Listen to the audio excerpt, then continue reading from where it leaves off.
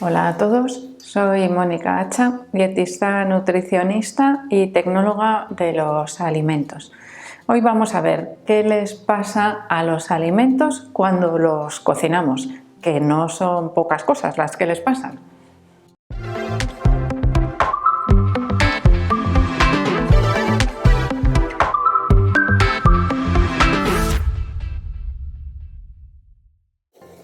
Cuando cocinamos los alimentos, evidentemente, se transforman. En algunos casos esas transformaciones pueden resultarnos beneficiosas y en otros casos, bueno, pues igual nos producen algunas pérdidas o algunos cambios que tenemos que saber que existen en esos alimentos, pero que igual a veces no nos resultan tan beneficiosos. Y digo a veces porque no siempre es así. Pero bueno, vamos a ir viendo poco a poco esos cambios que se producen en los alimentos cuando los cocinamos, que también dependerán en parte de las técnicas culinarias que utilicemos. Es decir, cada método de cocción puede producir diferentes cambios en los alimentos. El principal cambio que así a priori se nos puede venir a la cabeza cuando hablamos del cocinado de los alimentos es que mejora el sabor, es más palatable, más rico cuando lo comemos. ¿Por qué? Pues porque le añadimos también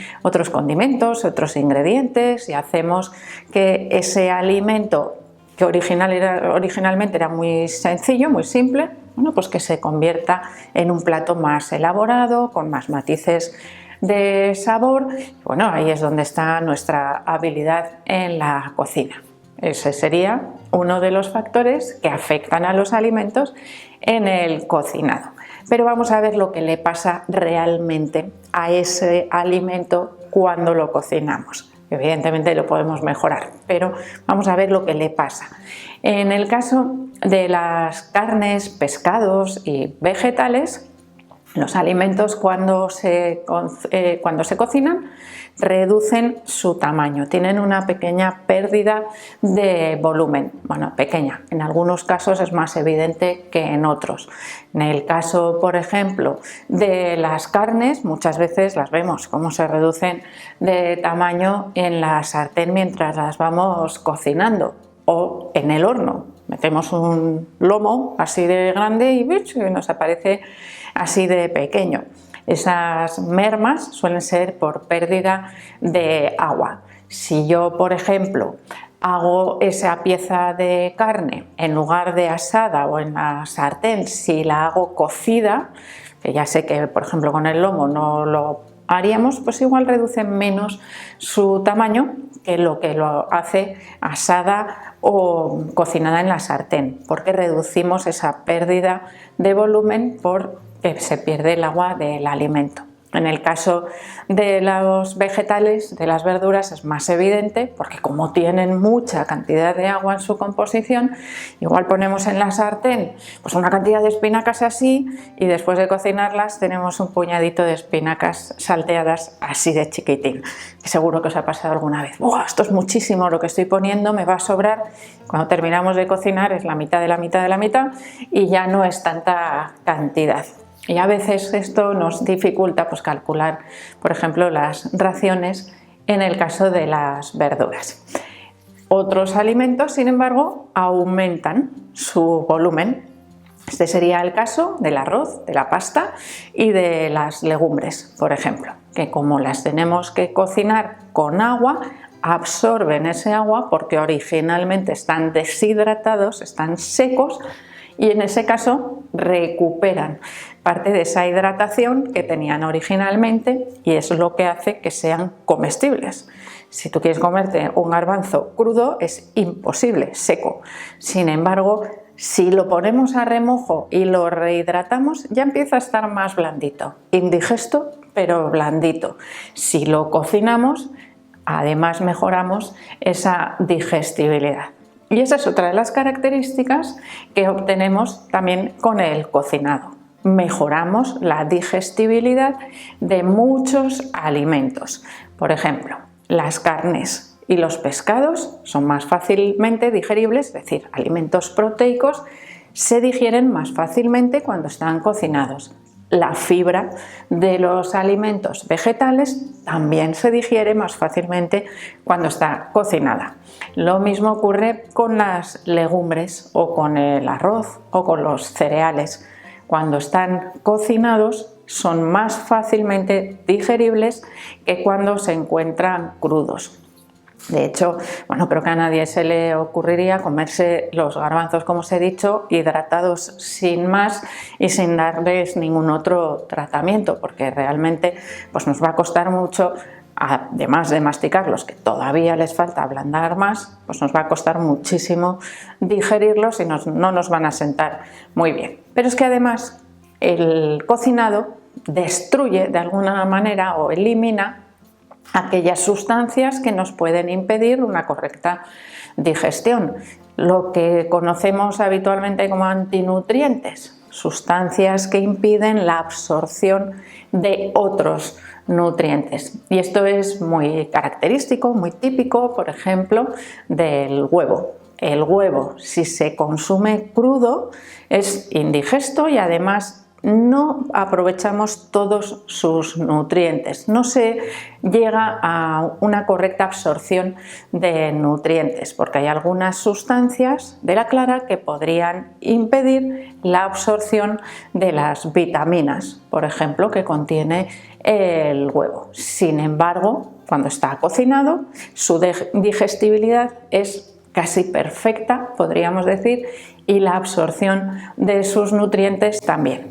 Esto de los antinutrientes estamos más acostumbrados a escucharlo, por ejemplo, del consumo de frutos secos, de semillas, de algunos cereales como la avena, que hay que poner a remojo para poder eliminar. Bueno, pues sería un método también que no le podemos llamar cocinado del todo, pero un paso previo a su consumo para evitar ese tipo de sustancias. Más cosas que le pasan a los alimentos cuando se cocinan. Bueno, pues entre ellas vamos a decir que podemos tener en algunos alimentos una modificación en el contenido calórico.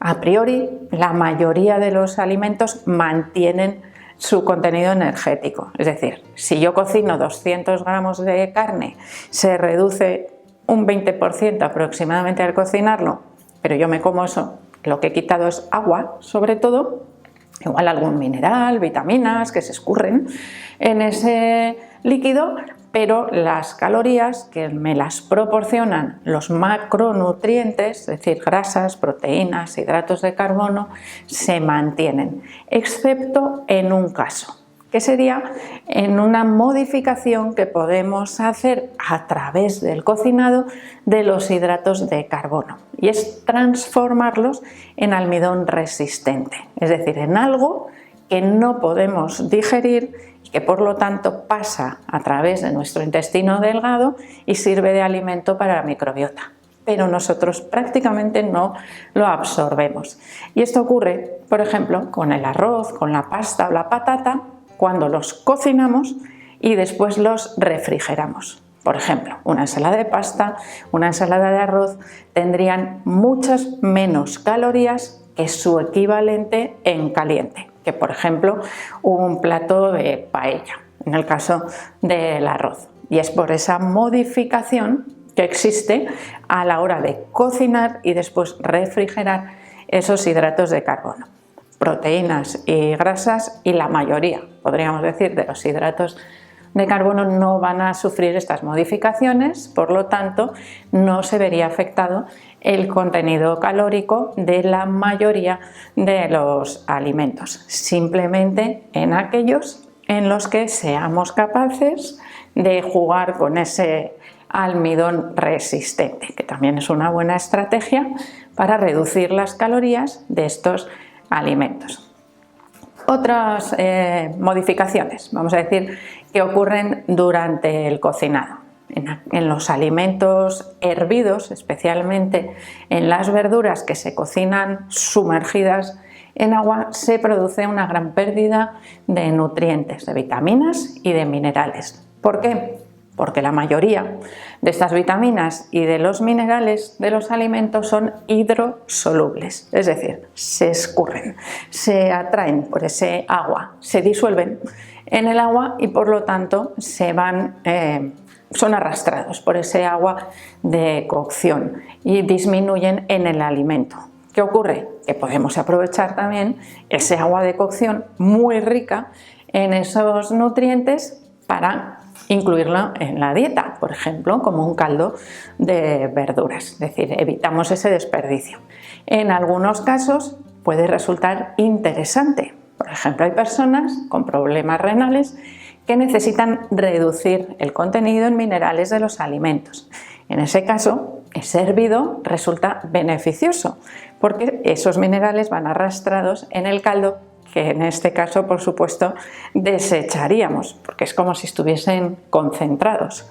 Algo parecido podría pasar con el remojo. Imaginaros que ponemos una lechuga a remojo para preparar una ensalada y que esté así un poco más lozana, pues si la dejamos muchas horas a remojo, igual estamos teniendo una considerable pérdida de nutrientes. Igual no es una técnica muy adecuada para mejorar ese aporte nutricional. En el caso de las vitaminas liposolubles A, D, K y E, que serían las principales vitaminas que son arrastradas o vehiculizadas por la grasa, se perderían más fácilmente cuando tenemos frituras. Por ejemplo, en ese caso les afectarían en mayor manera. Y otro beneficio, en este caso sí que es un verdadero beneficio del cocinado de los alimentos, podríamos decir que es evitar el riesgo microbiológico. El calor, especialmente cuando el calor supera los 70 grados durante más de un minuto en el centro de los alimentos, destruye los microorganismos. Por lo tanto, aseguramos la salubridad de esos alimentos cuando los cocinamos. Reducimos muchísimo el riesgo microbiológico, el riesgo de infección o de toxinfección alimentaria. Así que es algo también beneficioso. Y para aquellas personas que nos dicen que es mejor comer alimentos crudos que son más nutritivos, pues no siempre es así, ya lo hemos ido viendo. A veces la digestibilidad, la absorción de los nutrientes se mejora con el cocinado. Por lo tanto, es verdad que en el caso de las verduras y frutas deberíamos combinar crudo cocinado para obtener el total de esas vitaminas que se podrían destruir con el calor, pero la mayoría de las veces, bueno, pues el cocinado mejora también los alimentos. Así que espero que os haya gustado este vídeo, por supuesto que le deis al like, no dejéis de suscribiros al canal y espero seguir viéndoos a todos en los próximos vídeos.